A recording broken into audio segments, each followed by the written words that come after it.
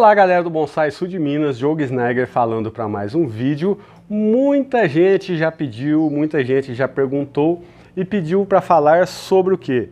Sobre a portucalária, né? No bonsai. E aqui eu vou estar falando para vocês o porquê que essa planta ela é benquista nessa questão do bonsai. Benquista entre aspas.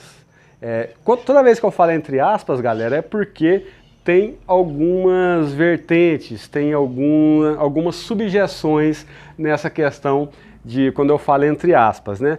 Ela é uma planta benquista e bem vista e muita gente pega e olha e fala: nossa, olha, parece um bonsai. Eu vou estar explicando para vocês o porquê disto e vou estar dando também algumas dicas de condução e algumas dicas de podas também nesta planta aqui, para quem gosta de tê-la neste sentido.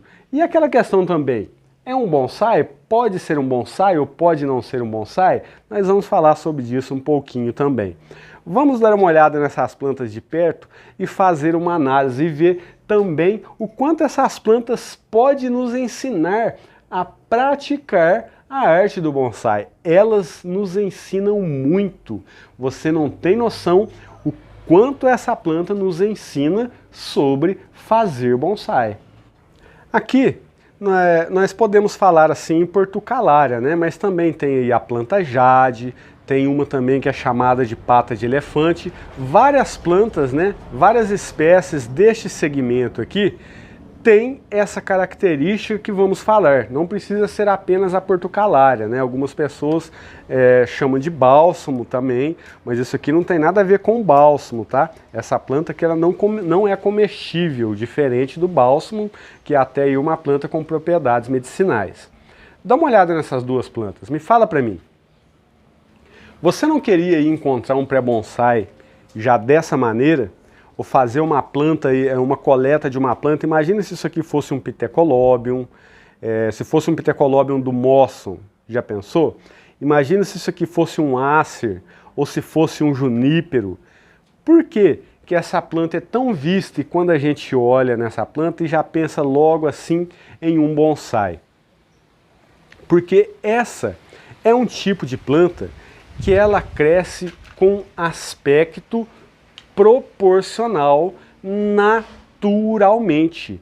Ela naturalmente já cresce com uma conicidade.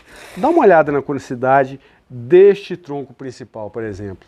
Ele começa grosso embaixo aqui, ó, ele vai se afinando. Este galho que sai aqui, ele já tem uma conicidade natural de sair mais grosso e ir se afinando. As ramificações dessa planta também são proporcionais, por isso que é uma espécie que as pessoas olham, né? Principalmente quem está começando, leigo, né? Muitas pessoas até começam a se interessar pelo bonsai por causa dessa espécie aqui, porque naturalmente ela já vem com essa proporção. E é uma planta também que se engrossa bem fácil, principalmente se for bem cuidada, bem adubada. Rapidamente ela começa a ter essas ramificações e ter esse aspecto de uma árvorezinha, que também pode ser melhorado e pode ser trabalhado. Pode ser também aramado, posicionado com cautela. Vou dar algumas dicas para vocês nessa questão. Vou dar dicas sobre substrato e sobre adubação também. Então isso faz com que a nossa planta tenha olhos, né, atraiam olhares para essa questão do bonsai. O que faz a qualidade de um bonsai ser diferente de outro bonsai, né? O que faz você olhar uma planta e falar assim: nossa, que bonsai legal, que bonsai top? A proporção, que é aquilo que precisamos, o principal que precisamos buscar com técnicas de poda e condução nas nossas plantas, é a proporção, a conicidade. O que é essa proporção? proporção entre tamanho de planta, entre grossura de tronco, entre distância de ramificações, entre quantidade de ramificações e essa questão dessa grossura de tronco para a grossura dos galhos exponencialmente enquanto essas ramificações vão subindo, né? Porque essas proporções existem nas árvores da natureza, nas árvores muito velhas ou muito novas, né? Toda essa proporção vai existir. Sabe aquela arvorezinha que você vê lá no meio do pasto, né?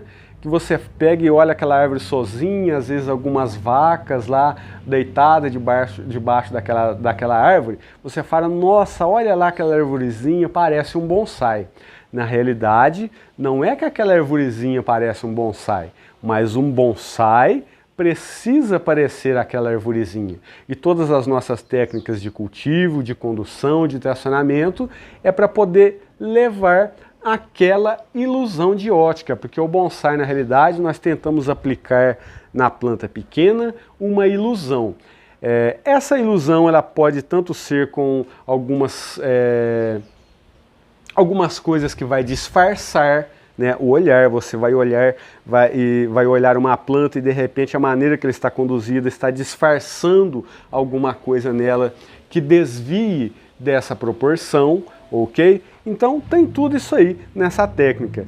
E essa planta, ela é querida por quê? Ela é querida porque naturalmente ela cresce e se ramifica construindo essas proporções.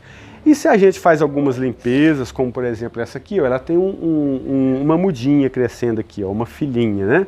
Se a gente vai fazendo algumas limpezas de galhos que vão crescendo nos arredores aqui, ou alguns galhos cruzando, cada vez mais ela vai ficando aí com esses aspectos. Eu vou estar pegando algumas fotos da internet e vou estar mostrando para vocês aqui, ó.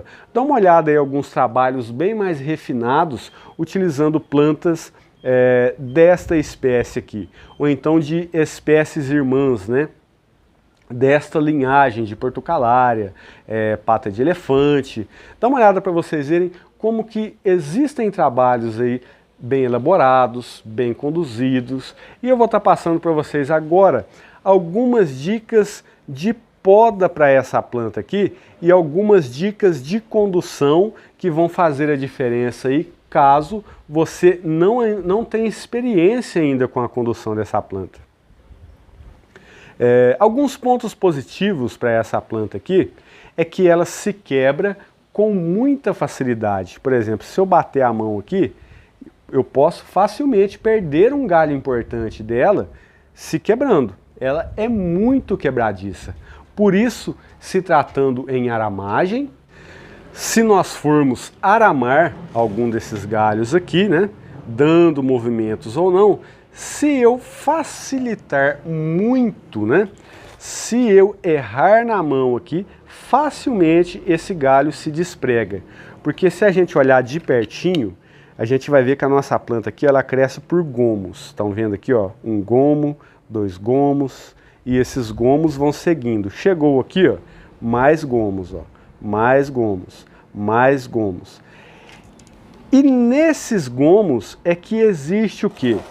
Existe as gemas de crescimento da minha planta e as gemas de brotação. Muitas vezes ela se ramifica facilmente também, porque facilmente às vezes a gente chega aqui, ó, essa aqui até que não está quebrando com muita facilidade não, né?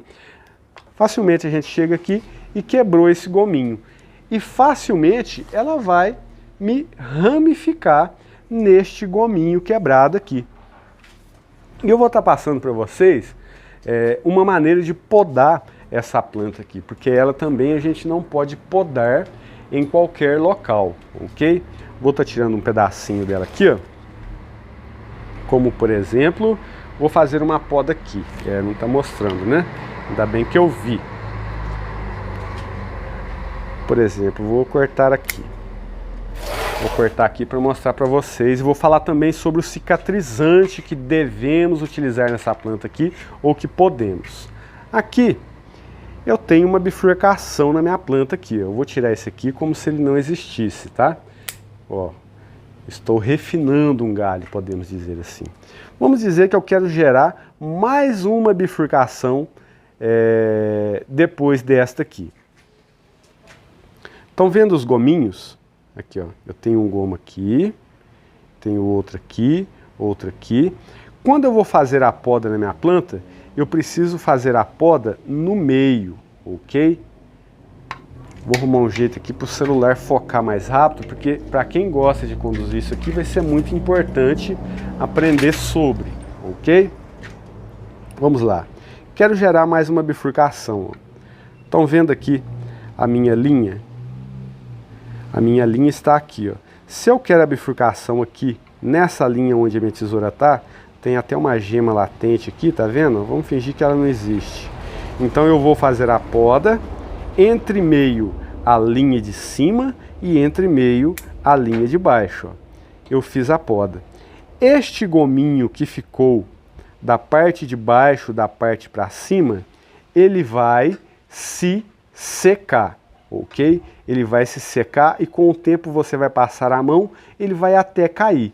E essa brotação vai acontecer neste gomo de baixo. Pode acontecer também de secar o primeiro gomo e o segundo gomo. Pode acontecer também. Mas geralmente vai secar só o primeiro. Vamos novamente aqui, ó. Eu quero uma bifurcação neste segundo gominho aqui, ó. Certo? Aqui, ó, tem o meu primeiro, tem o meu segundo. Então eu vou cortar entre meio o primeiro e o segundo, que eu quero essa bifurcação. Cortei. Este gominho aqui, de baixo para cima, ele vai se secar e vai cair. Agora, uma pasta cicatrizante, uma coisa que nós podemos fazer também, que até evita a perca do segundo gomo, às vezes, é um cicatrizante que a gente pode usar nisso aqui, também indicado aí para rosas do deserto, caso aí alguém não saiba. Que é esse tipo de cola aqui, ó. Não precisa ser dessa marca, tá? Mas são aquelas colas, né? Aquelas super colas. Antigamente a gente conhecia como Super Bonder, né? Hoje em dia existem várias marcas desta super cola ultra rápida. Então o que vai acontecer? Eu fiz a poda, espera aí um pouquinho, uns 20 minutinhos, porque ela vai começar o quê? Ela vai começar a vazar um pouco de água aqui. Passou aí uns 20 minutinhos, 15 minutinhos, você vai pegar um pano, vai enxugar essa ponta onde você cortou e rapidamente você vai colocar uma gota dessa super cola no local aonde você cortou. Vai tirar a tampa, né? Não vou colocar aqui que não tem necessidade. Vai tirar a tampa e vai colocar aqui essa super cola. Vai impedir um pouco de desidratar ainda mais este galinho aqui.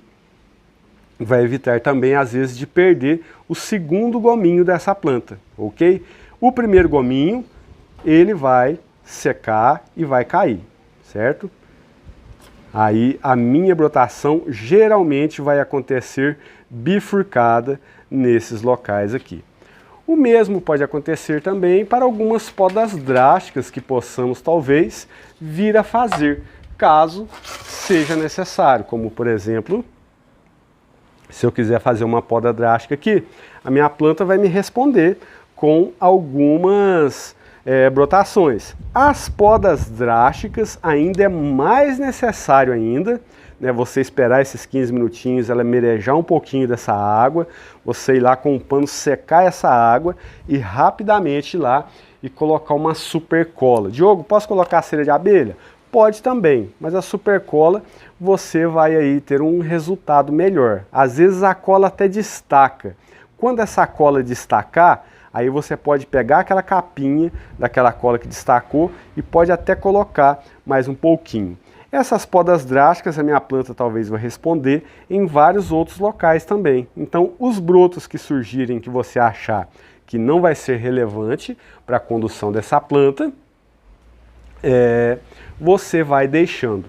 E essa conicidade proporcional que ela já cresce até por natureza, ela pode ser ainda mais agregada conduzindo através de podas. Como por exemplo, eu tenho essa grossura aqui, ó, neste tronco. Vamos dizer que eu resolvo podar aqui, né? As minhas brotações que vierem a partir desse ponto vão ainda dar mais conicidade para a minha planta do que já existe nela.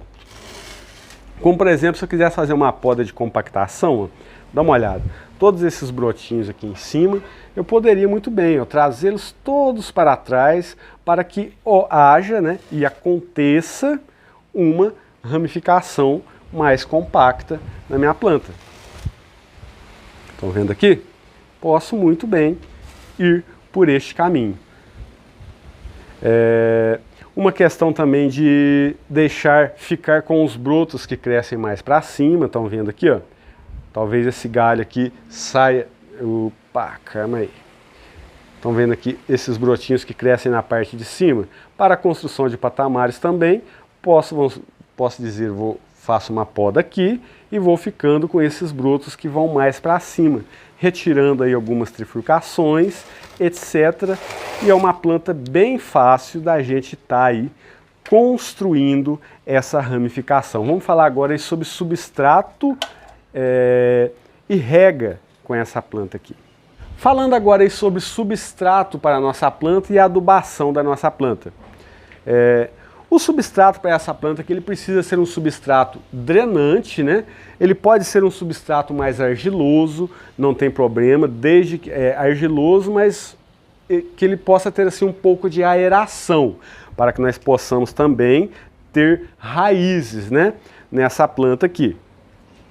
Ela suporta vasos bem pequenos, ela não liga para o tamanho do vaso, dá uma olhada. Essa aqui é uma planta de muitos anos, né, de muitos anos, já nesse vaso aqui. Ficava encostada em um jardim e ficou muitos anos lá encostada nesse jardim, sem assim, ter um cuidado mais de perto, uma adubação, só ficou lá crescendo, né? E o substrato para ela pode ser assim, um substrato mais argiloso também. Ela gosta assim desse substrato um pouco mais compacto, mas que não fique assim tão compacto, porque possamos adicionar também alguns ingredientes que facilitem essa drenagem. Diogo, posso usar o substrato bonsai que eu estou acostumado? Pode, vai dar certo também. E a adubação? A adubação dela pode ser feita com osmocote, sem problema algum, bocache BSM, farinha de osso, torta de mamona. Ela é uma planta super resistente nesse crescimento. Mas o ponto dela que vai fazer com que você possa perder essa planta, né, é o excesso de água. Se ela experimentar o excesso de água, ela vai apodrecer e perder alguma parte do tronco que vai ser impossível de se recuperar. Ela vai morrer mais por excesso de água ou por falta, né? E exige muita pouca rega, tá? Você vai cuidar dela mais ou menos aí como que você cuida de um cacto ou cuida de uma suculenta. Rega aí uma vez por semana, o substrato pode ficar bem seco mesmo, sem problema algum. Precisa ter um cuidado com ela épocas de chuvas, né? Época que vai ter aí muita chuva. Essa planta, ela não vai poder ficar igual às outras plantas. Ela vai precisar sair da chuva. Outro fator importante também, interessante, ela pode e deve ser cultivada a pleno sol. Ela vai amar o sol. Nós estamos vendo essa aqui com essas folhas bem verdinhas, mas a gente pensa assim, né? Estão bem verdinhas. Elas, quando estão no sol, elas tendem a ficar até um pouco mais arroxeadas do que verdes. É interessante. Ela também tem uma floração. Se eu encontrei foto, vou estar colocando uma foto aí dessa planta aqui com floração. É também muito interessante. E mais o que eu poderia falar para vocês? Eu acredito que seria isso, né? Pode aramar, Diogo? Pode. Como eu mostrei ali, podemos dar alguns movimentos. Os galhos dela, o arame, eu acredito assim, muitas vezes não, né? O arame não vai fazer esses galhos se fixarem, ok? O arame, enquanto ele estiver na planta, o galho vai estar naquele local. Ela é muito mais fácil ser conduzida através de podas do que a aramagem, porque como ela não é uma planta lenhosa, é uma planta suculenta, então não existe madeira dentro da planta que possa haver as microfissuras, esses galhos quebrarem para ficarem no local. Então a aramagem é somente enquanto o arame está naquele local para ela poder ficar, ok? Acredito que seja isso, acho que não tem mais nada para falar, né? Ah, a questão de tamanho das folhas, né? Vamos falar de tamanho das folhas. Muitas dessas fotos, às vezes, que nós vemos, dessas portucalárias, com essas folhas pequenininhas, sim, dá para controlar um pouco aí este crescimento com uma rega bem diminuta, uma adubação bem fraca, dá para a gente controlar um pouco o tamanho dessas folhas. Algumas espécies também desta raça aqui têm folhas menores. Mas muitas dessas fotos que nós vemos também, com essas plantas com essas folhas pequenininhas, é porque eles tiraram a foto enquanto as folhas estavam em seu estágio de crescimento. Então dá essa impressão aí. Mas tem espécie com folhas menores e tem espécies também que possam ter sido diminuído o tamanho das folhas devido a pouquíssima rega e quase zero de adubação. Beleza? Então, até que enfim nós temos um vídeo no canal aí com a Portucalara afra. Quem sabe aí nós não teremos aí outros vídeos sobre o assunto. Deixa seu joinha no vídeo, se inscreva em nosso canal se você não é inscrito, se atente aos nossos cursos online, temos o módulo 1, o módulo 2, o módulo 3 está no forno, tá ficando bonito, eu tô olhando ele de vez em quando ali pelo vidro do forno, olho ele e falo, nossa, tá ficando bonito, graças a Deus. Então é isso aí. Até o próximo vídeo.